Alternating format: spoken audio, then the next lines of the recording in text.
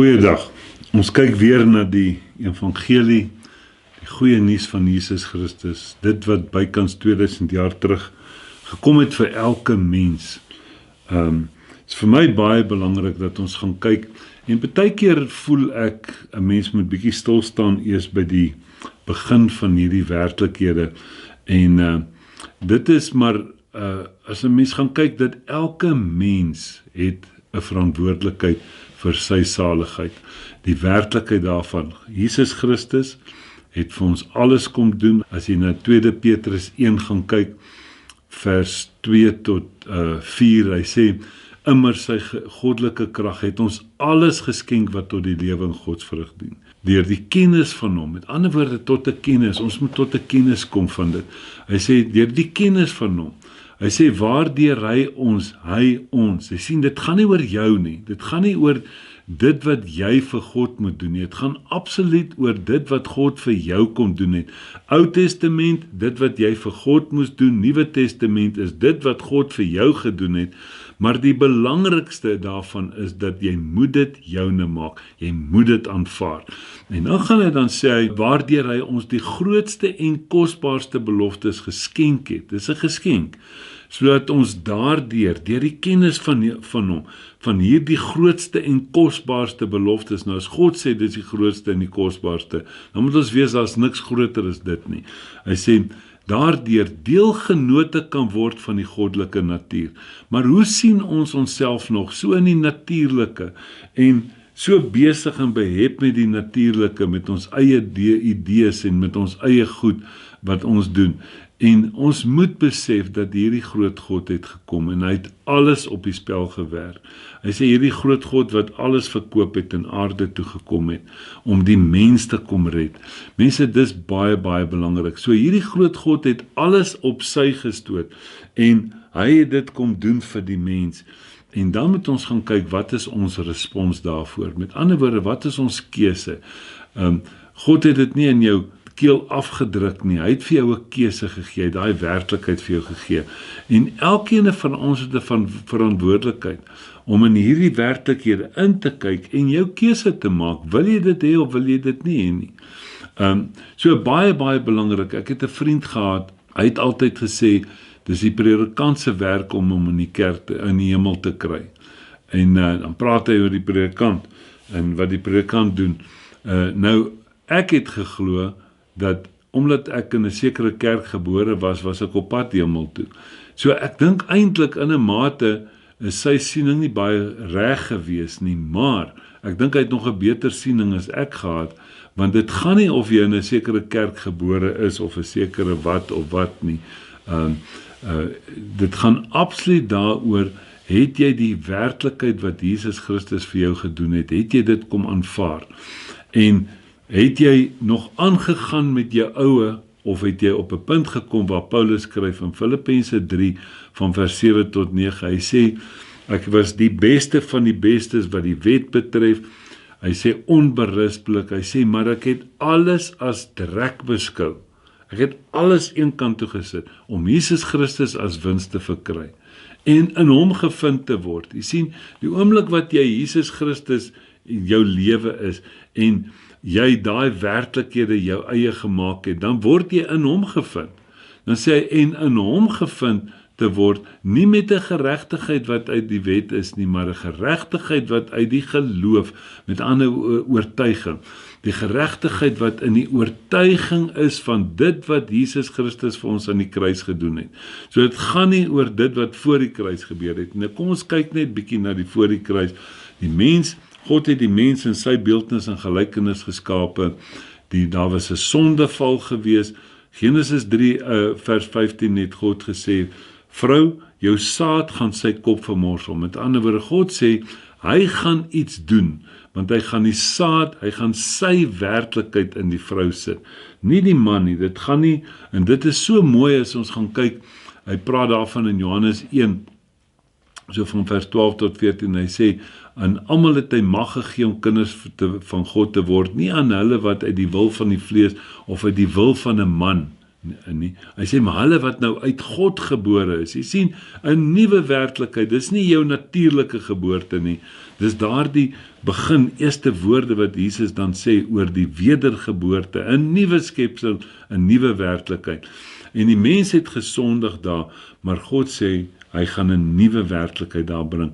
Hy kom in die skrif en hy kom byvoorbeeld in Matteus 1, dan sê hy so van vers 21, 22, hy sê, Josef, dit wat gaan gebeur is uit die Heilige Gees en sy gaan 'n seun hê en met hom Jesus noem, want dit is hy wat sy volk van hulle sondes gaan verlos, van dit wat in 4000 jaar terug in Genesis 1 gebeur het.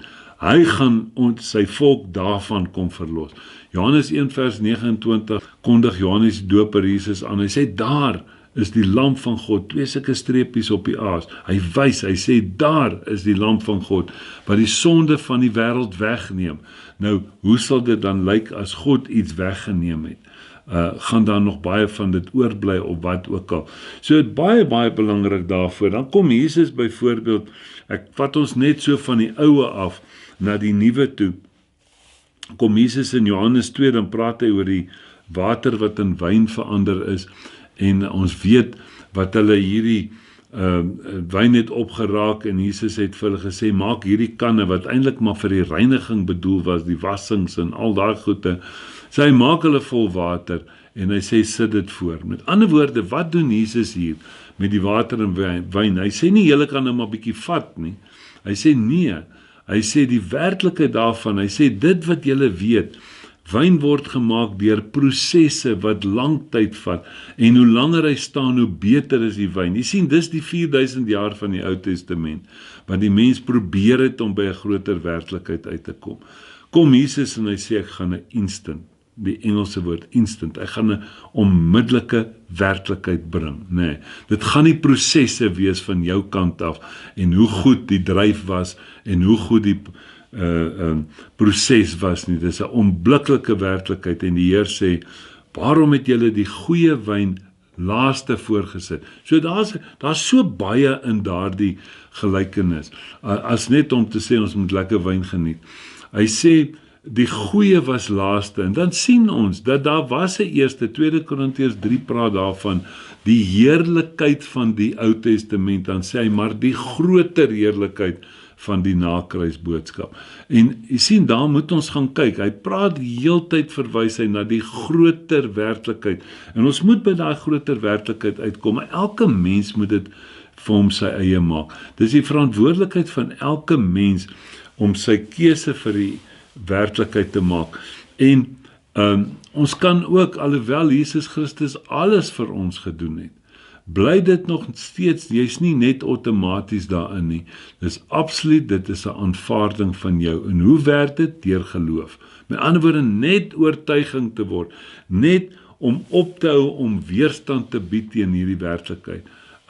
So nou sien ons, Jesus kom byvoorbeeld in, die verder gaan hy daar, dan kom hy in die tempel, nou dink ons, Jesus is dan 'n sweepie gevleg en ingelê onder die manne, maar hoekom doen hy dit?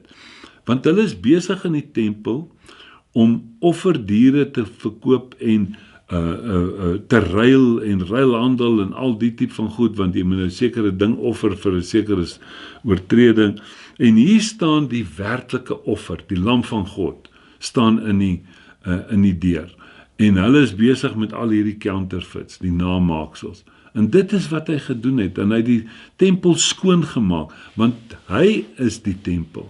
Jy sien, en net daarna, dan praat Jesus met hulle sê, wat 'n teken sal hy vir ons gee? En Jesus antwoord en sê vir hulle, breek hierdie tempel af, en in 3 dae sal ek dit oprig. En die Jode sê, 46 jaar lank is aan hierdie tempel gebou. Jy sien die prosesse, en u sal dit in 3 dae oprig, maar hy het oor die tempel van sy liggaam gespreek. Jy sien, daai werklikheid wat hy kom doen het, en ons weet later dat jou liggaam nou die tempel van God is, maar okay, dit laat vir later. En toe hy opgestaan het eers uit die dode, het sy disippels onthou dat hy vir hulle dit gesê het, en hulle het die skrif geglo en die woord wat Jesus gespreek het. Anderswoorde, eers na die kruisiging kon hulle dit glo. Hulle kon dit nie voor die tyd glo nie, sien, want die hele werklikheid het in die kruis plaasgevind. En dis so belangrik dat ons daarna gaan kyk. Maar mense, dis nie iets wat jy net outomaties in is, soos ek al die jare geglo het nie. Dis 'n werklikheid en ons moet gaan kyk daarna. Te veel mense kom maklik en sê hulle, o ja nee, die skrif sê en dit is nou fyn, nou is ek reg. Nee, en dan gaan jy maar met jou ou lewe aan. Nee, dis 'n werklikheid van God het vir ons 'n nuwe werklikheid gebring. Dis nie die verbetering van die oue nie. Dis nie die ou wyne wat in prosesse nie. Dis 'n absolute nuwe werklikheid, 'n onblikkelijke werklikheid wat groter is as die eerste. Nou kom ons gaan kyk gou-gou byvoorbeeld, wat sê die skrif vir ons hier? Markus 10, dan praat Jesus hier met die ryk man en Jesus, hy sê vers 21, nou kom hy nou wil hy weet, wat moet hy doen om gered te word? En Jesus het hom aangekyk en vir hom lief gekry en het hom vir hom gesê, een ding kom jy kort, gaan verkoop alles wat jy het, en gee dit aan die armes en jy sal 'n skat in die hemel hê. Kom dan hier, neem die kruis op en volg my.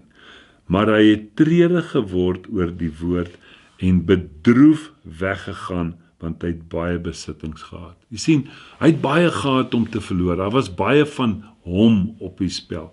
Jy sien, dis die probleem wat ons het, is dit gaan nie oor jou nie, dit gaan daarvoor dat jy absoluut jou ou lewe aflê, en eintlik het Jesus hom vir jou afgelê, maar dit is waaroor die werklikheid gaan. Hy sê, toe kyk Jesus rond en sê sy disippels, hoe beswaarlik sal hulle wat goed besit in die koninkryk van God ingaan.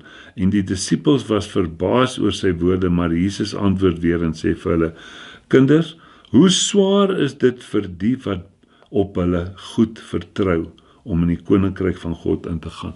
Hoe swaar is dit vir hulle wat op hulle goed vertrou? Jy sien, dit gaan nie daaroor. Jy moet op 'n punt kom wat jy besef, dit gaan nie oor jou ou lewe. Dit gaan nie oor jou goed nie. Dit gaan nie oor wat jy doen nie. Dit gaan nie oor wat jy het nie, maar dit is absoluut daai werklikheid. Hulle vra dan vir Jesus in die 26ste vers, wie kan dan gered word? En Jesus het aangekyk en geantwoord, by mense is dit onmoontlik, maar nie by God nie, want by God is alle dinge moontlik, want Jesus praat, hy is besig om vir hulle te verduidelik en vir hulle te sê, ek gaan daardie reddingswerk vir hulle doen. Vrou, jou saad gaan sy kop vermorsel. So dis die boodskap wat ons moet kry, en dit is waar jou keuse lê. Nou sien ons in Matteus 25 gaan, Jesus nou praat hy oor die maagde, die 10 maagde, 5 wys, 5 dwaas, en dan sien ons dat hulle het ook maar weer hulle keuses gehad, en dan sien ons dat die 5 maagde, hulle het die bron by hulle gehad, en die ander 5 maagde het nie die bron gehad nie. Met ander woorde, dit wat basies daar gebeur het, is, toe die olie begin klaar raak, dan sien hulle sê, gee vir ons van julle olie, want ons lampe gaan uit, en dan sien ons dis tipies hierdie ding, van, ek wil maar my ding doen, en dan gaan ek Sondag kerk toe, en dan word ek opgecharge, en dan hardloop ek leeg hier in die middel van die week. Jy sien, dis nie daai werklikheid, dit is die werklikheid van Jesus Christus moet jou lewe wees. Dit is 'n einde van jou manier, hoe jy jouself onderhou. Vir hulle, beswaarlik vir hulle wat baie goed het om op te vertrou. En dan sien ons dat op die ou einde het hulle gegaan om weer olie aan te vul, nee, soos ons elke week ons geloof wil aanvul, nee, dis nie dit nie, en hulle kom terug en hulle die deur toe, en hulle sê, meneer, maak vir ons oop, maar hy het vir hulle gesê, voorwaar, ek sê vir julle, ek ken julle nie. Mens moet nie met daai ding gevang word nie. Nou kom ons gaan kyk gou wat sê die skrif Johannes 3. Johannes 3, baie mooi skrifgie wat ons nou almal baie goed ken, is die gedeelte waar Nicodemus na Jesus toe kom, en dan praat Jesus hier, en hy kom in die 16de vers, Johannes 3 vers 16, 'n baie belangrike skrifgie wat ons almal ken, want so lief het God die wêreld gehad, dat hy sy enige gebore seun gegee het, sodat elkeen wat in hom glo, nie verlore mag gaan nie, maar die ewige lewe kan hê. Glo jy dit wat God vir jou gesê het, en dit wat God vir jou in Christus gedoen het? Hy sê, Want God het sy seun in die wêreld gestuur, nie om die wêreld te veroordeel nie, maar dat die wêreld deur hom gered kan word. So Jesus het wel gekom om almal te red. Jy sien, hy sê, hy wat in hom glo, word nie veroordeel nie, maar hy wat nie glo nie, is alreeds veroordeel, omdat hy nie geglo het in die naam van die eniggebore seun van God nie. En dit is die oordeel, dat die lig in die wêreld gekom het, Jesus Christus het gekom, en die mense het die duisternis liewer gehad as die lig, want hulle werke was boos.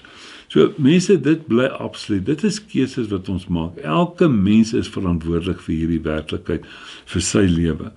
2 Korintiërs 13 vers 5 sê, ondersoek jouself of Christus in jou is. Ondersoek jouself of Christus jou lewe is. Mense, dit is so belangrik. Hy gaan verder hier in die 36ste vers, dan sê hy wat in die seun glo, het die ewige lewe. Hy wat die seun ongehoorsaam is, sal die lewe nie sien nie, maar die toorn van God bly op hom. Mense, baie belangrik. Dis elkeen van ons se werklikheid om hierdie werklikheid van die woord te hoor en dit ons eie te maak. Dan is daar aan die einde van Johannes, die boek van Johannes, is daar in Johannes 20 vir ons 'n voorbeeld. Ons ken die gedeelte van Thomas, wat Thomas gekom het en Jesus verskyn aan die disippels en hy was nie onder hulle gewees nie. Dit was net die ander disippels.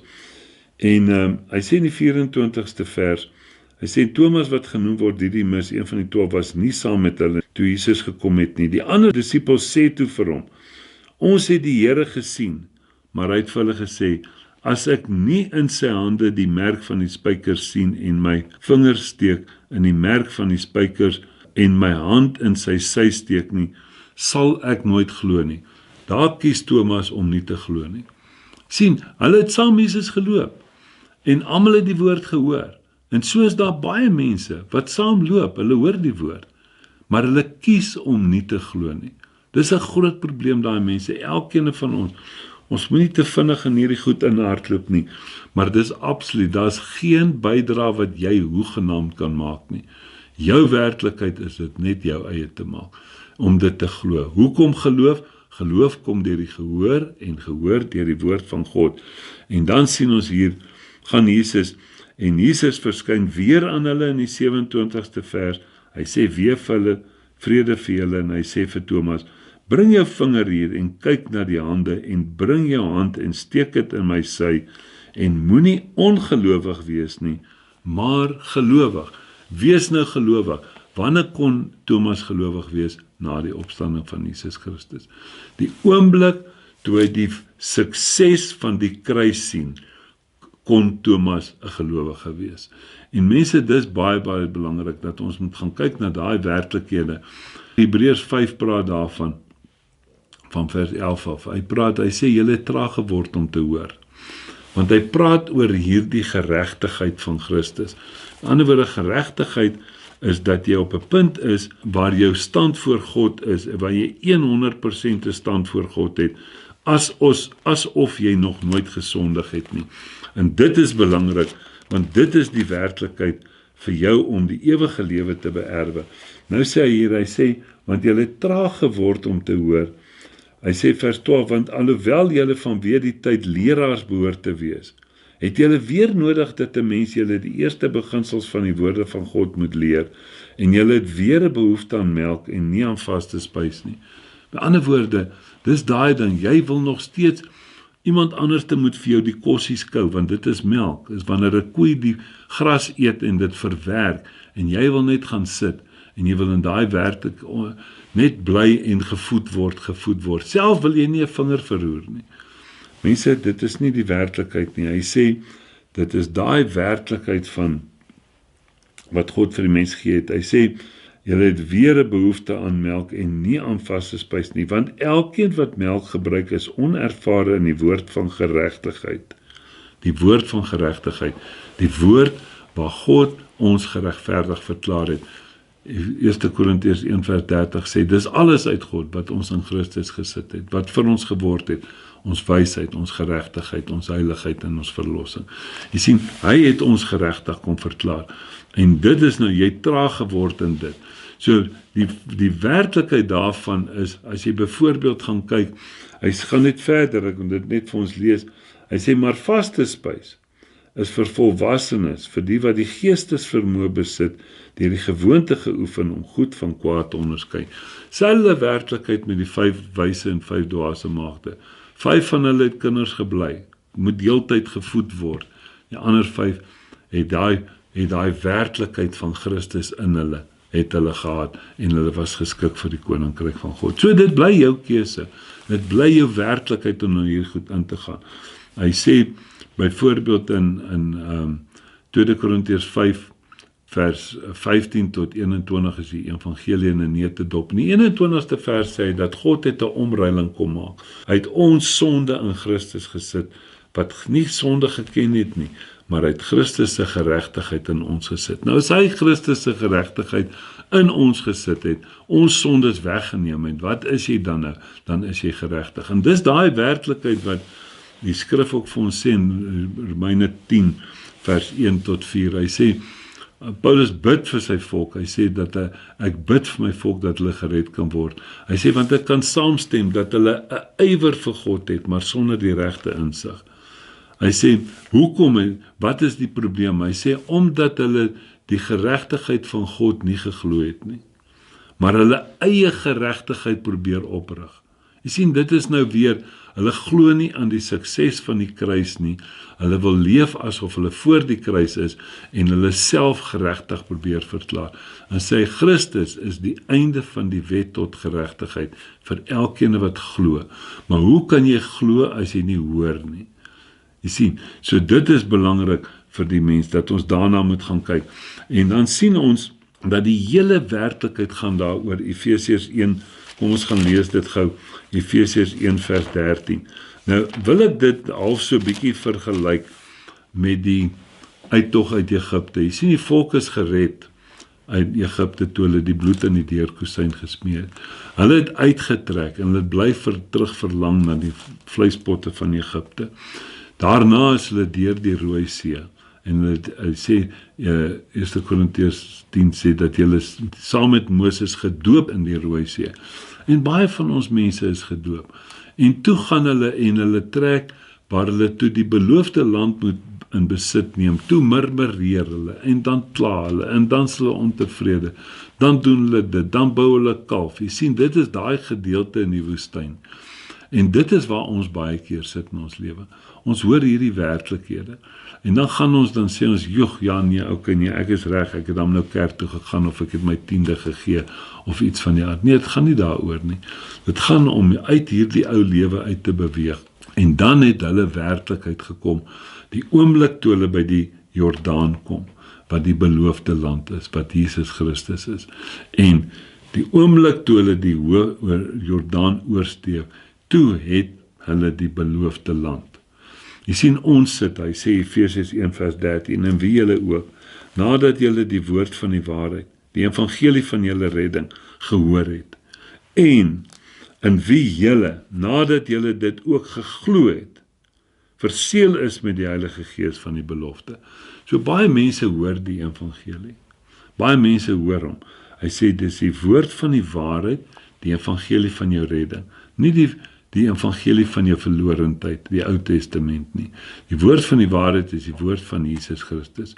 Toe jy dit gehoor het, en mense het dit gehoor, en gehoor, en gehoor, en dan moet jy op 'n punt kom, waar jy tot 'n besef kom, en dit joune maak, met ander woorde, dis geloof. Geloof is 'n aanvaarding. En die oomblik wat dit is, word jy verseël met die belofte van die Heilige Gees. Hierdie is die evangelie, die goeie nuus van Jesus Christus. Nie dit wat jy vir God moet doen nie, maar dit wat God vir jou gedoen het, maar dit bly jou aanvaarding. Romeine 4 vers 18 sê, julle is nou geskei van die lewe van God, net deur onkunde. Hy sê, omdat julle harte verhard. Moenie jou hart verhard vir hierdie woord nie. Vat dit en neem hierdie beloofde land in besit. Amen.